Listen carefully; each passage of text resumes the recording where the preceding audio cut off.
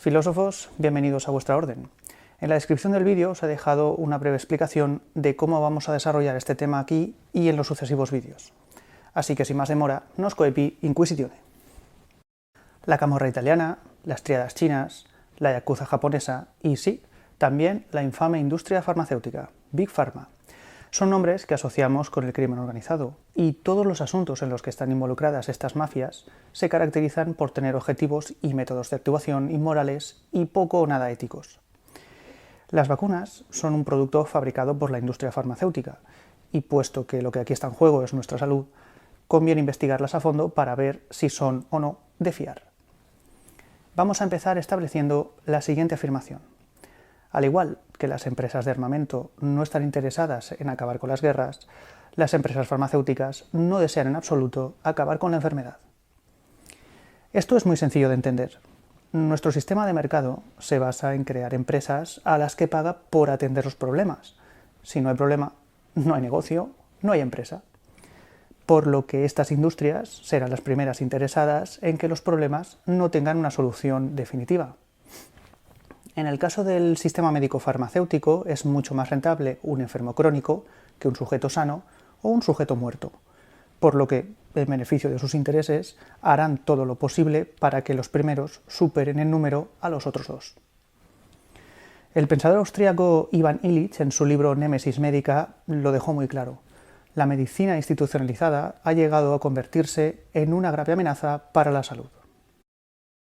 Todo esto no es más que pura lógica, pero si os gusta que este tipo de cosas las diga un experto, entonces podéis leer esta entrevista en la que el premio Nobel de Medicina Richard Roberts afirma cosas como las siguientes. La medicina que cura del todo no es rentable y por eso no investigan en ella. O también que las farmacéuticas estén interesadas en líneas de investigación no para curar, sino solo para cronificar dolencias con medicamentos cronificadores mucho más rentables que los que curan del todo y de una vez para siempre.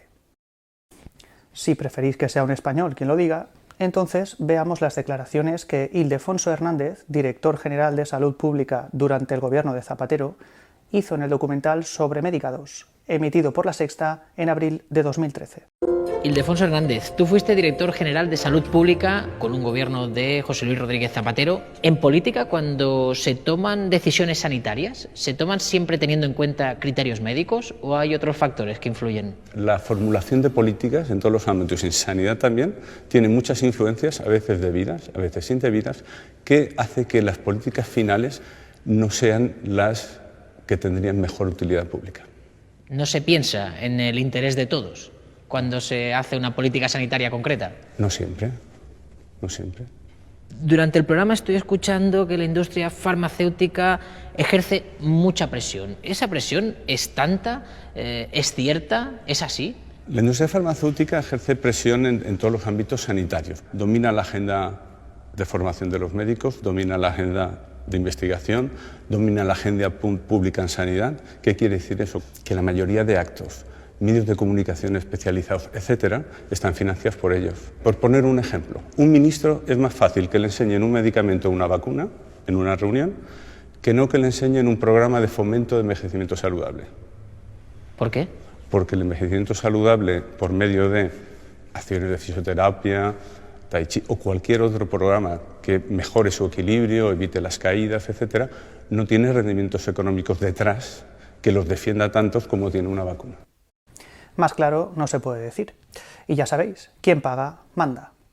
Por supuesto, estas declaraciones las hizo cuando ya no ostentaba el cargo, ya que durante su desempeño acató obedientemente esas órdenes sin hacer nada para cambiar esta vergonzosa situación. para que luego salga la chusma política afirmando hipócritamente que sin duda estamos en una democracia plena y que trabajan muy duramente para que podamos vivir felizmente en el estado que ellos llaman del bienestar. No se contentan solo con mentirnos a la cara, además nos tratan como idiotas. Otro dato curioso es que los medicamentos están aniquilando a las personas. Pero esto qué más da, siempre y cuando le salga rentable a la poderosa industria. Además, según algunos degenerados, somos muchos y sobra gente, así que no hay problema. ¿Pensáis que exagero cuando afirmo que los medicamentos matan? Veamos. Según el doctor Peter Gotch, catedrático de Diseño y Análisis de Investigaciones Clínicas en la Universidad de Copenhague y también uno de los fundadores de la prestigiosa organización Cochrane, los medicamentos constituyen la tercera causa de muerte en los países de ingresos altos, por detrás de las enfermedades cardíacas y el cáncer. Enhorabuena, medalla de bronce. Pero está claro que hay casos en los que el riesgo merece mucho la pena, por ejemplo, cuando nos regalen cervezas a cambio de jugar a la ruleta rusa de las vacunas. En cualquier caso, siempre podemos recordar los sagrados mantras para disipar cualquier atisbo de temor o duda. Las vacunas son seguras y efectivas, las vacunas salvan vidas. Repitiéndolo todos los días unas 200 veces antes de cada comida, veremos cómo mágicamente se convierten en una verdad indestructible. Garantizado. Como muy bien nos enseña la moraleja del famoso cuento de Pedro y el Lobo, si dices muchas mentiras, llegará el día que aunque digas la verdad, nadie te creerá. Pero por desgracia, la verdad no la tiene nadie, y por tanto todo se reduce a una cuestión de fe. Creer en lo que nos dicen, creer a medias, o no creer nada en absoluto. Pero para tomar una decisión libre y responsable es necesario disponer de toda la información posible, tanto la que favorece a los intereses de la industria, y todos los días nos machacan con ella, como la que va en contra de ellos. Las dos opciones deberían presentarse por igual si esto de verdad fuera una auténtica democracia plena, pero evidentemente no lo es. Las tres peligrosas pandemias que hemos mencionado antes, medicamentos, cáncer y enfermedades cardíacas, llevan años arruinando la vida de la gente, y como no podía ser de otra forma, son también poderosas fuentes de ingresos para la infame industria de los cárteles farmacéuticos, por lo que de momento, y hasta que se encuentren mejores sustitutos, ese ranking debe mantenerse. Mientras haya problema, podrán seguir vendiéndonos su solución. Por ejemplo, según señala el investigador Marco Pizzuti en su libro Descubrimientos médicos no autorizados, el coste medio anual de un paciente oncológico es de más de 200.000 euros. O lo que es lo mismo, otro negocio de oro para la industria farmacéutica. Cuánta razón tenían los sabios filósofos orientales cuando afirmaban que el principal objetivo de la vida es ver. Merece la pena dedicar unas palabras al asunto de los estudios y publicaciones científicas, ya que para los fieles devotos de la ciencia son algo así como la palabra de Dios y la Biblia para los creyentes cristianos. Bien, pues la mayoría de las investigaciones publicadas son un fraude, y evidentemente esto no lo digo yo. Es un hecho que ha sido denunciado por los editores de las propias publicaciones. Como siempre hacemos, ilustremos esto con ejemplos, cuyos enlaces y referencias podréis encontrar en la descripción del vídeo. En 2015, el editor en jefe de la prestigiosa The Lancet, Richard Horton, acusó de fraudulentas la mayoría de las investigaciones publicadas. Marcia Angell, médica estadounidense y la primera mujer en servir como editora en jefe del The New England Journal of Medicine, dijo: existen conflictos de intereses y sesgos similares en prácticamente todos los campos de la medicina, en particular en aquellos que dependen en gran medida de medicamentos o dispositivos. Simplemente ya no es posible creer en gran parte de la investigación clínica que se publica, o confiar en el juicio de médicos de confianza o en las pautas médicas autorizadas. No me complace esta conclusión, a la que llegué lenta y a regañadientes durante mis 2 décadas como editor de The New England Journal of Medicine. Richard Smith, editor de The British Medical Journal, BMJ, una de las más importantes revistas científicas del mundo, hizo las siguientes declaraciones. El fraude de las investigaciones clínicas es como el abuso infantil. Una vez que se reconoce que existe, se empieza a observar lo frecuente que es. Los casos de fraude incluyen la fabricación de datos o la invención completa de los mismos. Por último, podemos nombrar el tema de los autores fantasma, o ghostwriting, como se conoce en inglés. Esto básicamente consiste en autores prestigiosos que, a cambio de dinero o sustanciosas prebendas, firman artículos como si los hubieran escrito ellos mismos, pero que en realidad han sido redactados por empresas especializadas en elaborar artículos sobre los productos farmacéuticos. obviamente debidamente manipulados para que beneficien a los propios fabricantes y oculten peligros o falta de eficacia.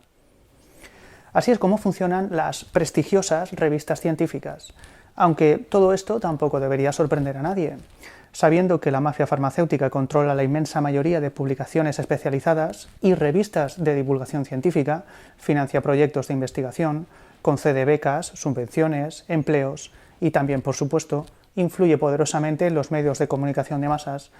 ¿Qué otra cosa se puede esperar? Así que ya sabéis, cuando los manipuladores medios de comunicación de masas salgan todos contentos anunciando estudios, que en estos tiempos salen como churros, supuestamente afirmando y confirmando las patrañas que nos quieren vender, tenéis motivos más que suficientes para sospechar que muy probablemente se trate de un fraude perpetrado por la filantrópica industria farmacéutica.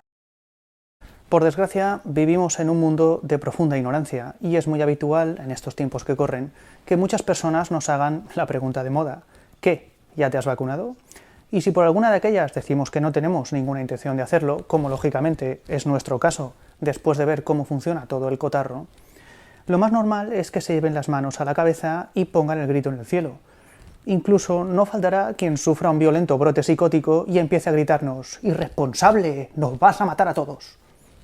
Bien, toda esta pobre gente aborregada no tiene más criterio que lo que ha escuchado a todas horas en las manipuladas noticias o lo que ha dicho el experto oficialista de turno, sin molestarse siquiera en investigar un poco y contrastar la información que está recibiendo.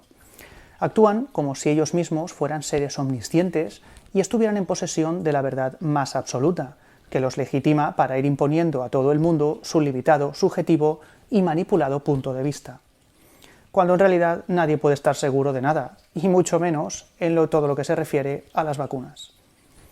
Existen muchos expertos que las alaban y las veneran, por supuesto, a estos los escuchamos todos los días, y obtendrán jugosas recompensas por hacerlo, no lo dudéis. Pero también existen expertos que realizan una crítica objetiva y ponen en duda su supuesta eficacia y seguridad. El problema es que estos últimos carecen de voz mediática a diferencia de los primeros, ya que automáticamente se convierten en herejes y locos en cuanto se les ocurre contradecir el dogma oficial de las vacunas.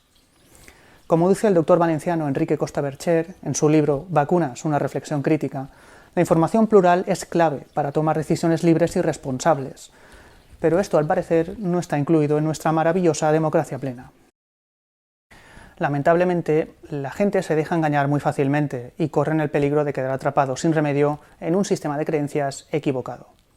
Como escribía el filósofo alemán Arthur Schopenhauer en su breve obra titulada El arte de tener razón, son ovejas que van detrás del carnero guía a donde quiera que las lleve. Les resulta más fácil morir que pensar. Y es que pensar es efectivamente peligroso para el orden, como decía el sociólogo Jesús Ibáñez. Porque hoy en día pensar es un acto de herejía. Tan solo se contempla una opción: obedecer y acatar la versión oficial, la única verdad posible, aunque solo se trate de una realidad falsa hecha a la medida de quienes ejercen el control. Nuestra intención no es ni mucho menos convencer a nadie de nada. Nos limitamos a presentar una información que los supuestos profesionales de la información deberían difundir y no difunden, y por supuesto la comentamos y damos nuestra opinión personal al respecto, que no quiere decir que sea la correcta, porque como he dicho antes, la verdad no la tiene nadie. Simplemente es nuestra conclusión lógica tras realizar una valoración crítica en función de toda la información que tenemos disponible. Luego, ya es responsabilidad de cada uno investigar y tomar decisiones basadas en sus propias conclusiones.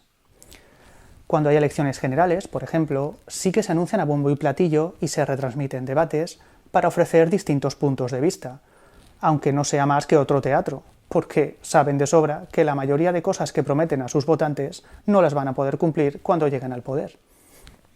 Pero ya vamos asumiendo que la mentira, la corrupción y tratarnos a todos como idiotas son las primeras herramientas de trabajo que manejan los políticos.